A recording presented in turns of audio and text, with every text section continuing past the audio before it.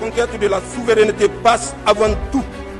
par l'exploitation des ressources nationales au profit de nos populations.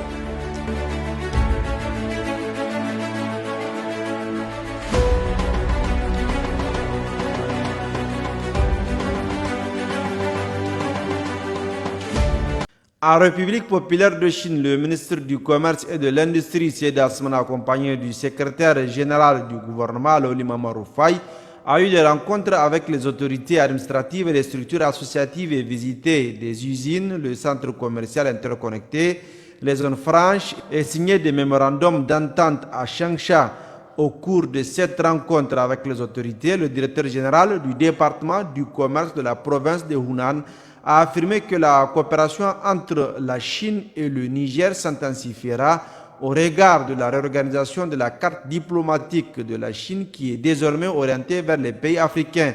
Le président du Conseil de promotion économique et commerciale Chine-Afrique a quant à lui remercié la délégation nigérienne pour ce déplacement en vue de jeter les bases de partenariat, particulièrement pour le projet de construction de la zone fonctionnelle interconnectée de coopération à Niamey. Le Niger a été choisi par le gouvernement chinois pour servir de zone pilote en vue du futur déploiement du projet dans toute la zone ouest africaine. Cette volonté est justifiée par les opportunités qu'offre le Niger, des opportunités renforcées depuis l'avènement du CNSP, un tournant décisif de l'histoire du Niger, celui de l'affirmation de sa souveraineté et de son indépendance économique. La République populaire de Chine et bien d'autres pays amis, notamment ceux de la Confédération des États du Sahel, à savoir le Mali, le Burkina Faso, soutiennent cette démarche. Il s'agit d'une démarche guidée par la vision du président du Conseil national pour la sauvegarde de la patrie, chef de l'État, le général de brigade Abdraman Tiani,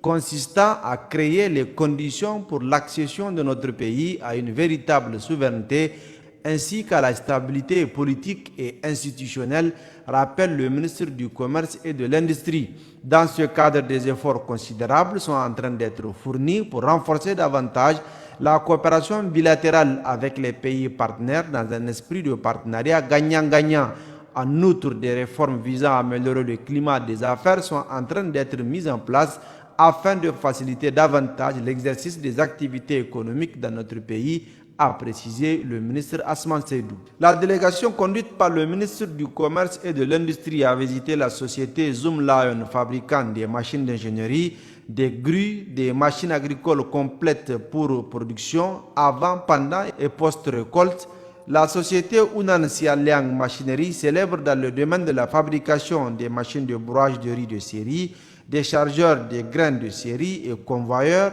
a aussi été visité par la délégation du Niger, de même que le centre commercial interconnecté de la zone franche, un centre permanent d'exposition économique et commerciale Chine-Afrique qui réunit des pavillons de chaque pays du continent africain. La délégation nigérienne a visité également le centre en mettant l'accent sur le pavillon des États de la Confédération du Sahel AES, à savoir le Niger, le Mali et le Burkina Faso. Une signature de mémorandum d'entente est intervenue entre le ministère du Commerce et de l'Industrie,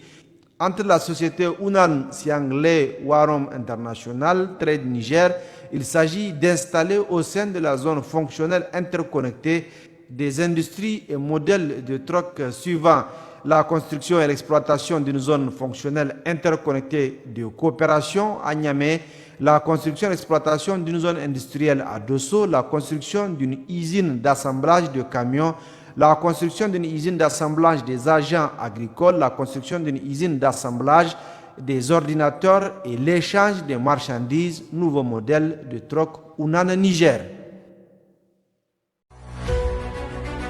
La conquête de la souveraineté passe avant tout par l'exploitation des ressources nationales au profit de nos populations.